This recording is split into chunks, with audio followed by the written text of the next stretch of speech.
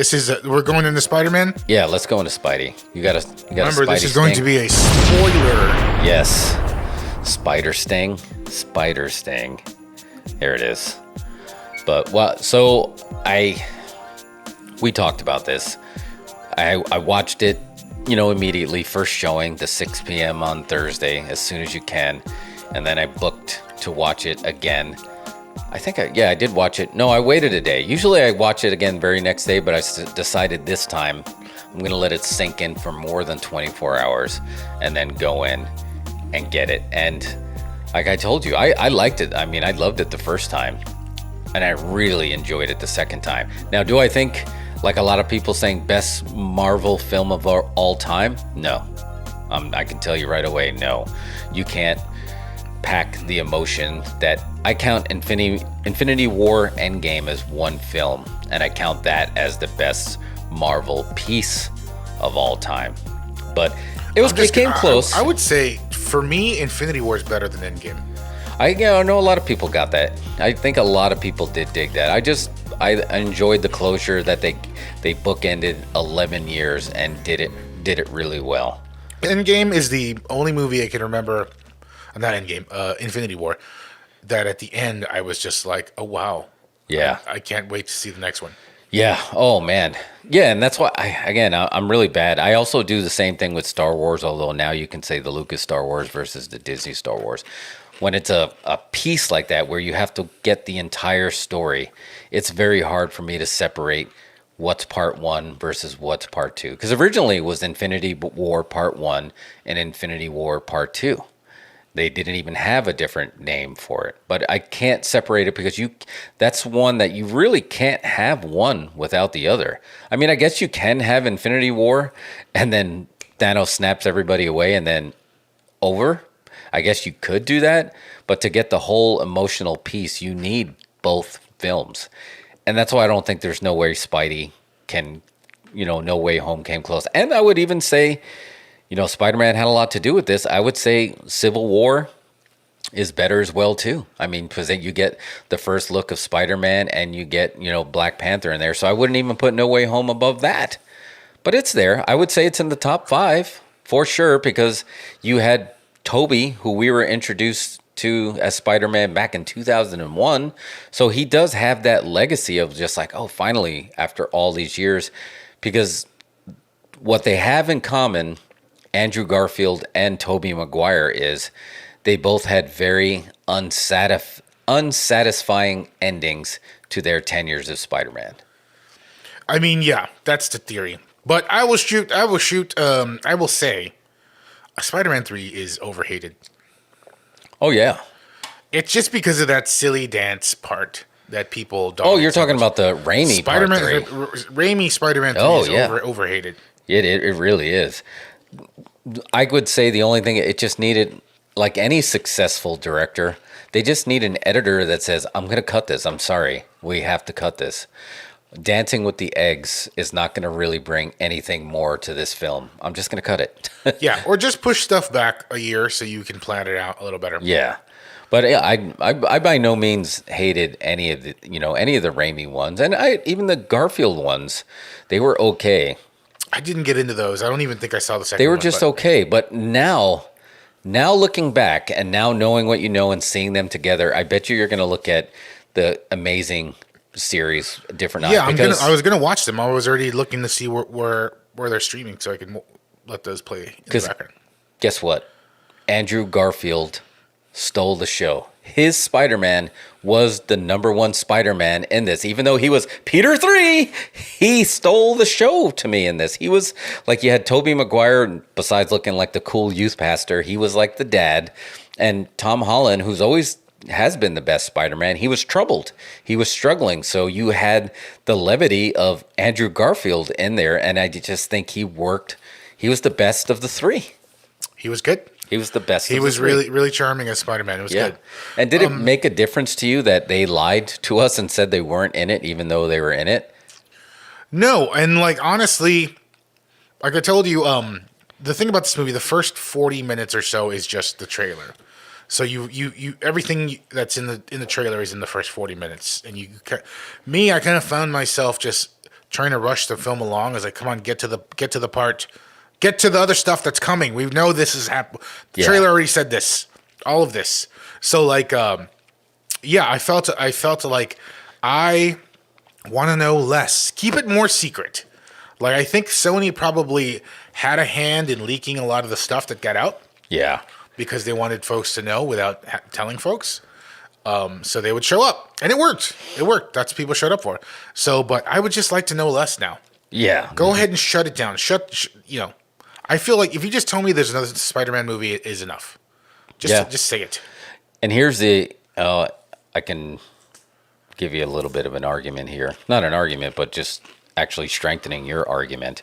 This was the biggest issue that we had one of the biggest issues with Batman versus Superman, right? That they blew two spots. You knew who, you were going to have Doomsday and you were going to have Wonder Woman, and both could have arguably been surprises, and they blew it. What would have gotten the big pop in the theater of like Captain America holding the hammer or Charlie Cox popping up would have been that this girl who said she was supposed to be Wonder Woman, no, I'm not Wonder Woman. Surprise, I am Wonder Woman, even if it's lying to your face.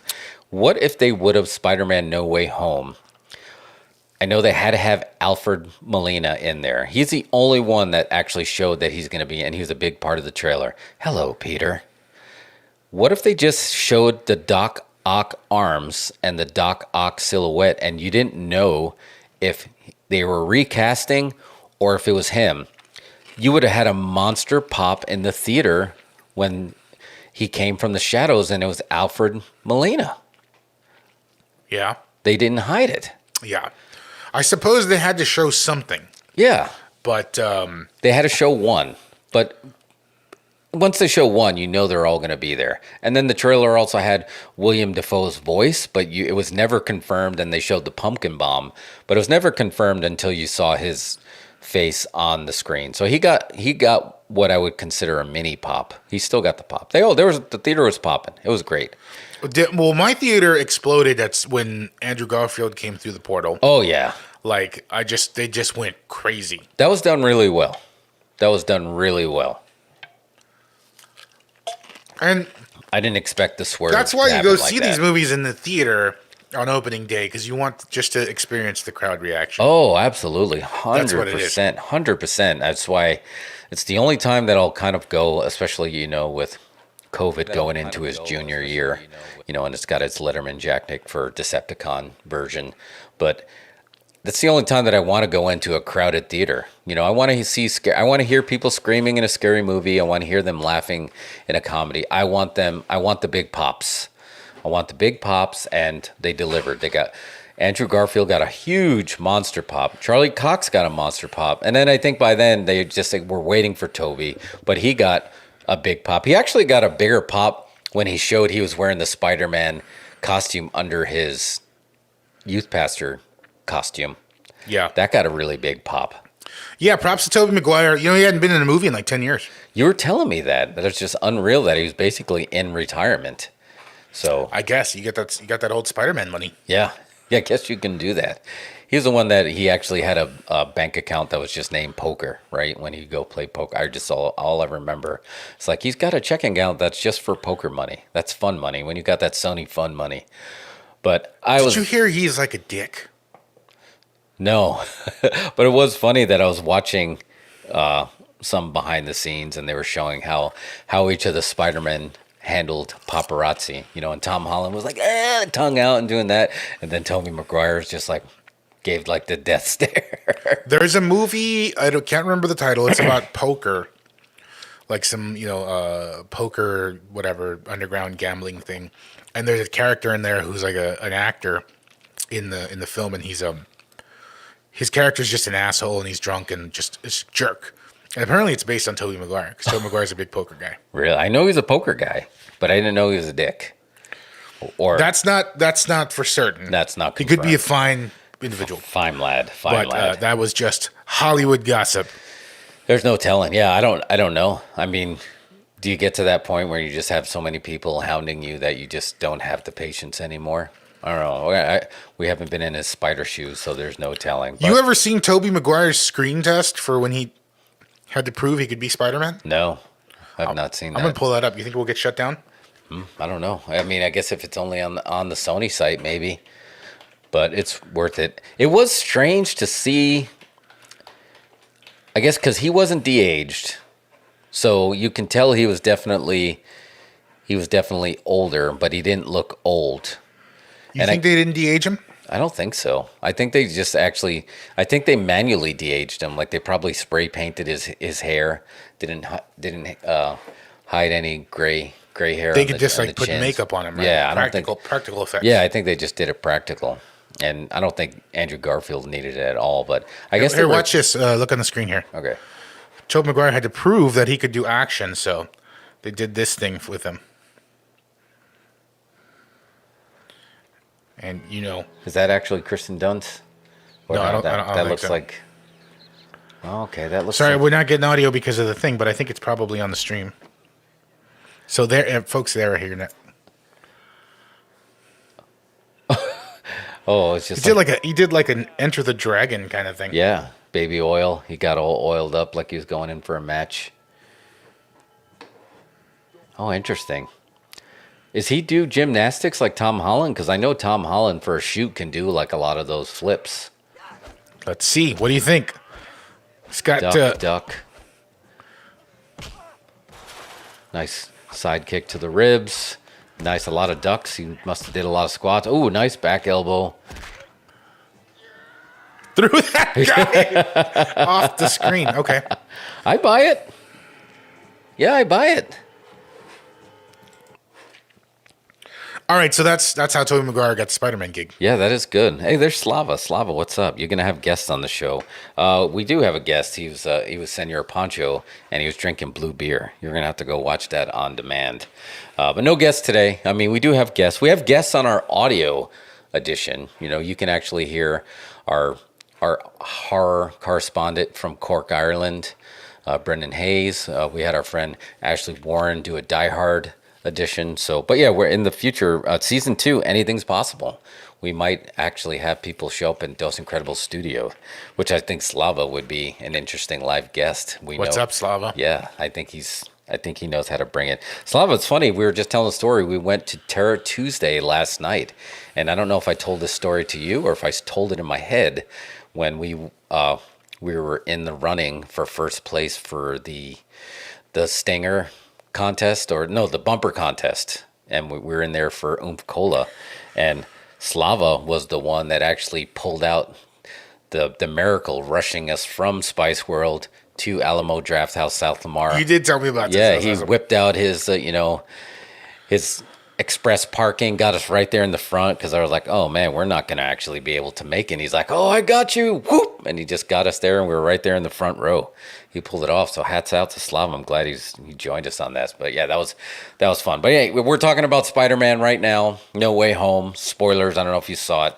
We were just going over the different Spider-Mens. But again, it was really great. It was worth the watch. I'll probably, honestly, for a shoot, go see it in the theaters one more time. I think it deserves a three-peat for sure. I'll probably see it at least once more. Yeah. Once the crowds die down, folks are still out there lining up for that movie. Yeah, no, it's still pretty crowded. But what did you think? I definitely would still give it an A, but I think we start getting greedy as fans, because then they really didn't do anything with Tom Hardy as Venom until that first post-credit scene, and it was really quick. I'm in the MCU and I'm out as fast as I'm in. I would have really liked to see them do something with Topher Grace, even if it was just for one quick. Why is Topher Grace not in the movie? Yeah. Why didn't he get transported over? Oh yeah, Slava's waiting for the crowds to die down too. I don't know. Well, story-wise, and sorry Slava, this is a spoiler cast, so I don't know if you want earmuffs, but story-wise, they said that they did the spell, everybody came over, he fixed it, so a few people leaked, but then when the spell broke again, everybody else was slowly coming. So eventually, they all would have come over, and then you would have got him at the end, that he would have showed up. But it would have been a nice little nod to the hive mind of just like, even if they were drinking together, they didn't have to fight. They could have been drinking together just to have it. Because I was surprised, Earmuff Slava, I was surprised. I did not know about Thomas Hayden Church coming back as Sandman. And then, what's his name? I don't know how to say his name. It's like Rise Day. He's the one that plays the lizard. He was from Little Nicky. Anyway, he was the one that played the lizard. I didn't know that they were going to get... I mean, and most of the time, it was just their voice. Did they actually even have... They weren't physically in it, right? No, I don't think so. I think they used their voice. Because it looked to me like they went out of their way to not actually have them in the movie. Yeah. You know why that is? Cheaper? Money, baby. Yeah. You want my face in the movie, too, and my voice? That's going to be triple. So they just tripled down on that. We'll just take the voice for third of the price. Or nothing. We'll recast you. Nothing. How about that?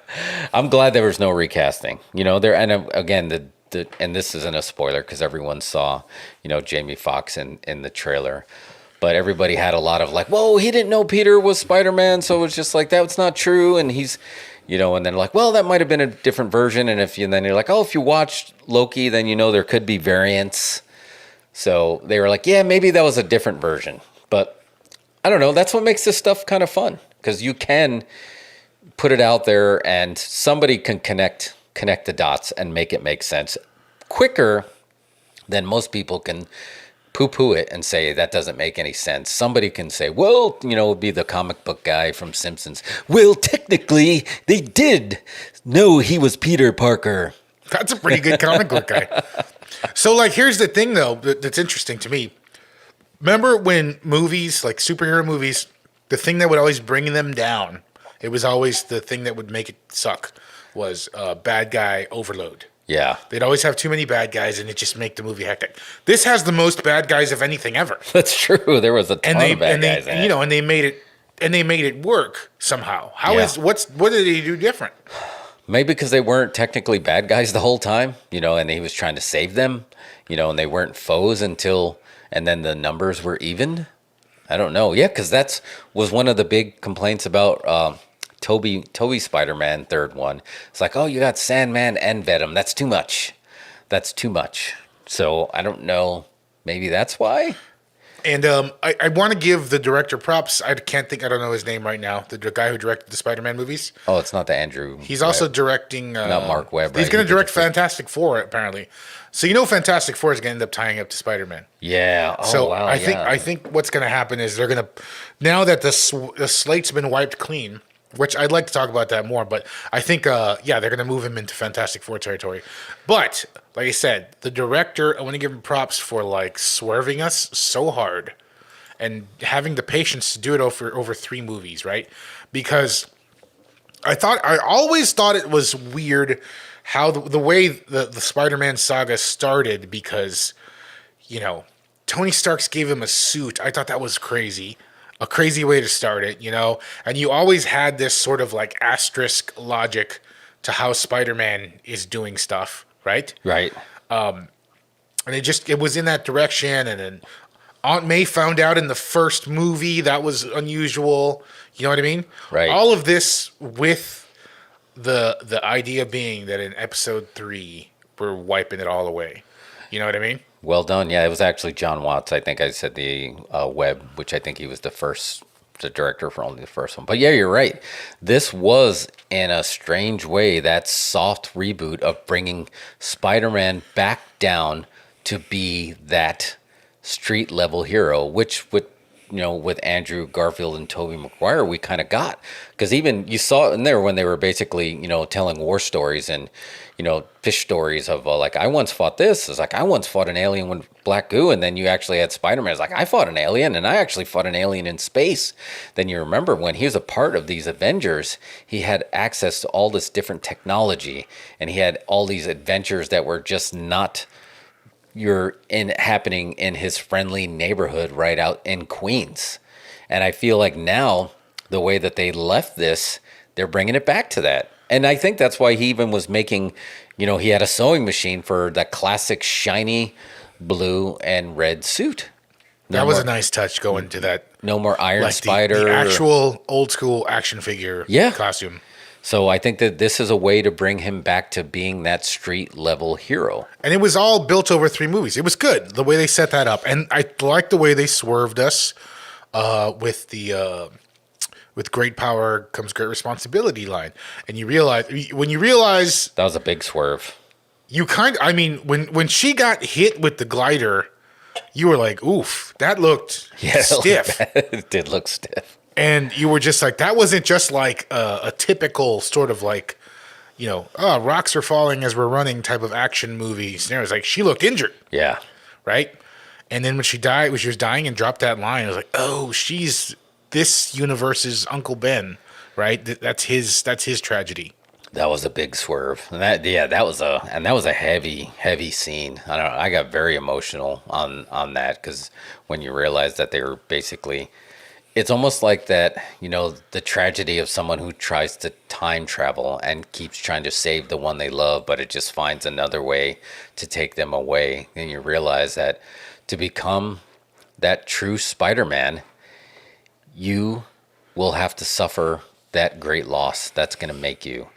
I heard somebody add to that, with great power comes great responsibility. And somebody added something that usually includes great loss. Like they added to that. And I was like, whoa, that's really powerful, because they were all tearing up when they realized that, they had that big loss. And she was a big loss because she was a huge crowd favorite. Marissa Tomei as Aunt May. I mean, hats off. And they swerved us because they gave us hot Aunt May for the first time ever. Yeah. Right? And we're just like, this is confusing. What's going on? And so it was all plotted out. Like they completely removed all your expectations. It's like if they could do something like that with Batman, that would be great. You know how Batman's origin story is so overplayed? Yeah.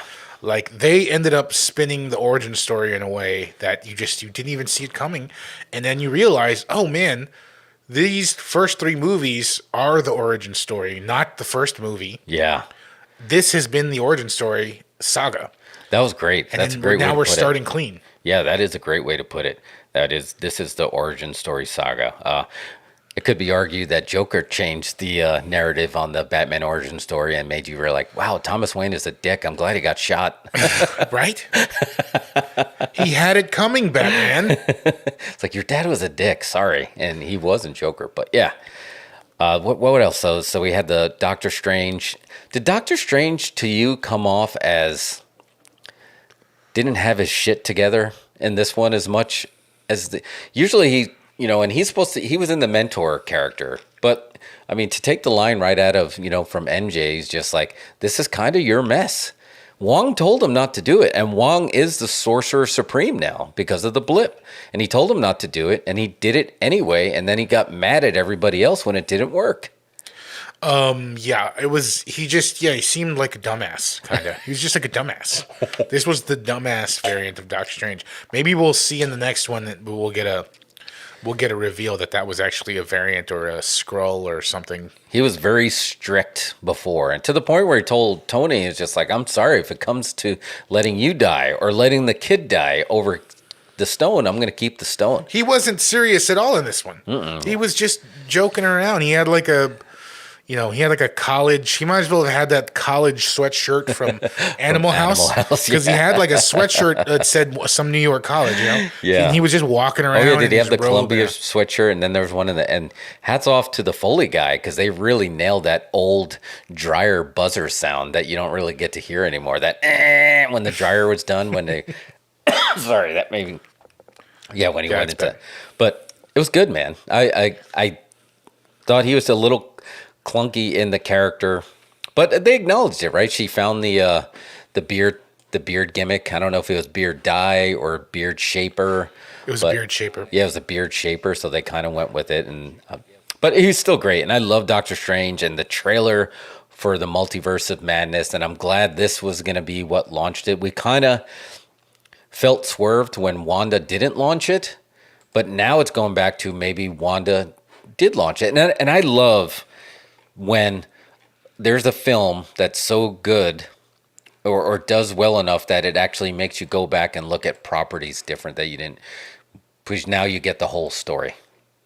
And I think we're going to get a version of that with Wanda, that we're going to go back and see that what happened in Westview was a little bit of a precursor to understanding the multiverse. Because in the trailer, he goes to Wanda and is like, "What do you know about the multiverse?" And so clearly, she knows something with that chaos magic. Well, she was reading the that book. Yeah, What was that? Whatever it was called. yeah, not the Necronomicon. The Darkhold. Yeah, the Darkhold, not the Necronomicon. But what else had happened in there that we really wanted to hit on?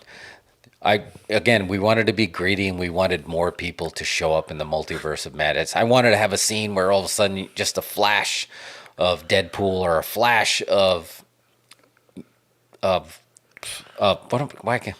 Logan, Wolverine. Well, given the reaction this movie's getting, I think in the next one it's gonna have every single person that they can possibly fit to squeeze in there. Yeah, you're gonna get Deadpool, Professor X, Wolverine, fucking what's the Chris Evans as the Human Torch. Oh yes. Now that would get a huge pop. I think that would get a monster pop of having him in there. And I think they're probably, I mean, Kevin Feige's got some kind of plan, whatever.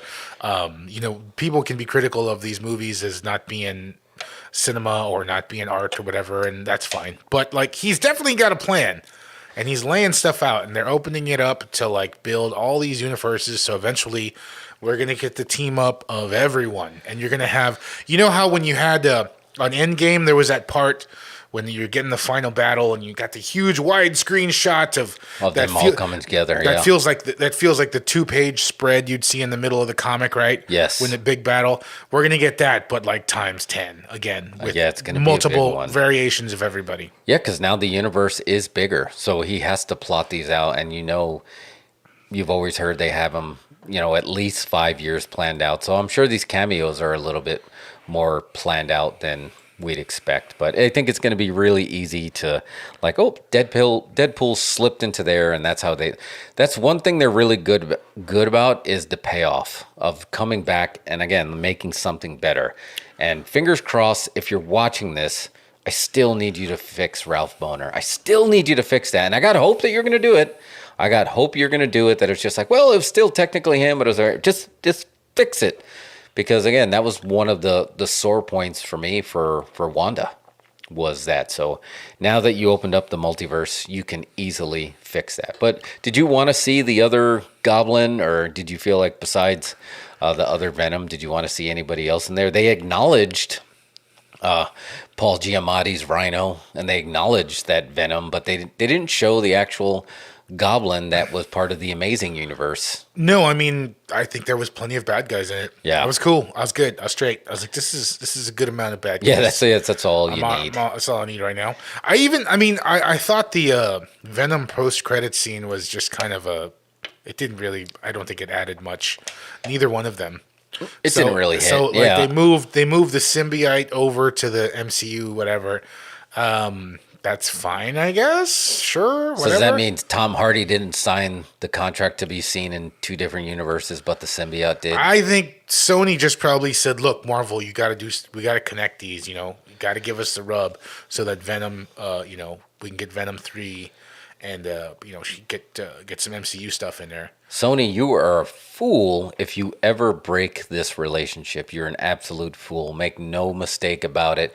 Don't get greedy. Don't be stupid. The reason these do really well is because of that relationship with the MCU. This isn't 1990. Nobody wants to see fragmented universes anymore. And I'm not telling you can't have your Spider-Verse all by itself, but you just have to have these little crossovers to show that these units, like, yeah, we're still in good standing with Marvel. That's really what it comes down to. You have to prove to the audience, this is a very savvy audience now, you have to prove that you're still in good standing with Marvel for any of your Spider-Verse properties to succeed. And they got the Vulture in their universe now. They do, right? So they should be like, hey, MCU, do you want to use any of these other guys? Because once you use them, we can use your guys too. Right. That's all you have to do. Don't get greedy, and you can be a huge success with this. Because even the small things, right? You had Morbius walking and you had the spider. Now, there was the payoff, right? In the Morbius trailer, when he's walking and on the backdrop, you see Spider-Man and it says murderer across, his body. There's the payoff because now we see why. Because there was a whole group of people, for whatever reason, that thought Mysterio was right. You're like, what? It's like, look, I can get on the Thanos was right train. What did Mysterio do to say that he was right? Like, what did he do to earn that? Thanos was like, look, this universe has too many mouths to feed, so I'm going to just cut it in half evenly because, hell, half of you are probably assholes anyway. What did Mysterio say? Yeah, why was Mysterio right that he said, Spider-Man's trying to kill me because he wants to be the new Iron Man? It's just like, that's not enough. I was like, what are you even saying? And like Spider-Man already was in the public eye proving that he wasn't, so it made no sense. And Mysterio just comes out of nowhere.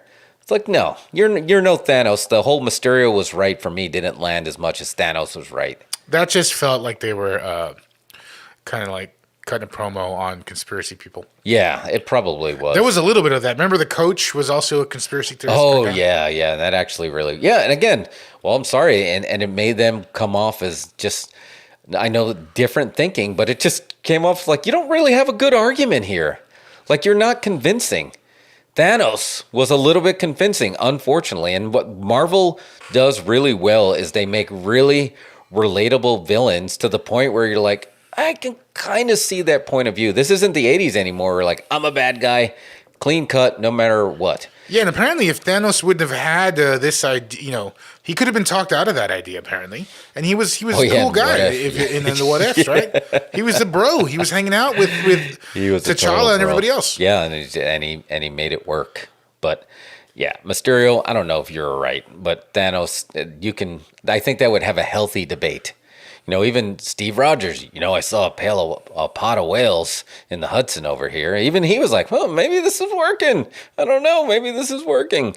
But yeah, I don't know with the Mysterio thing being right. That was, anyway. But that being said, Jake Gyllenhaal was great as Mysterio. And I even like the callback that Tobey Maguire's like, oh, I got this back thing, which was a callback to when he hurt his back filming Spider-Man to the point where he didn't know if you can do it anymore, and they were going to recast him as Jake Gyllenhaal. And he even acknowledged, I got this back thing. Yeah. It's like that was a very meta callback. The crowd was going crazy when Andrew Garfield was cracking Tobey Maguire's back. Oh, yeah. What a simple thing. And it almost came off that could have been improv. It was like, okay, so like I said, the first 30, 40 minutes is just the trailer. And then once Andrew Garfield shows up, it turns into sort of a sitcom. It's like My Three Spideys. Yeah. So you've got the three Spideys trying to figure stuff out. Yeah. Three Spideys, and you get the wacky Ned neighbor. Right. Yeah, no, you're right. That's a good way. It was My Three Spideys. And maybe that was the right amount of Spideys. Because I know the crowd wanted Miles Morales. And even when Jamie Foxx alluded to it, when, Andrew Garfield is just like, I really thought you were going to be black. He's like, there's got to be a black Spider-Man out there somewhere. The crowd popped in my theater for that line. Yeah. Because everybody knew. I think if however they do that, though, they better let Feige, drive that. Let Feige book it. Sony could not try to make their own one. They've got to let Feige book that and do Miles Morales in MCU and then cross him over or something. Yeah, that's the way to do it. Give him the MCU rub, then send him over to do the movies.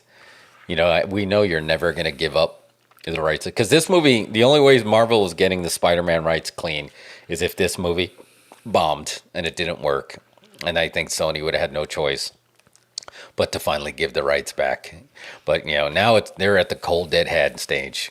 They basically have the Spider-Verse universe all built out. And I'm excited. That is their entire film. That's like their number one property. That's everything. There's Spider-Man and everything else in their film library. You know what I mean?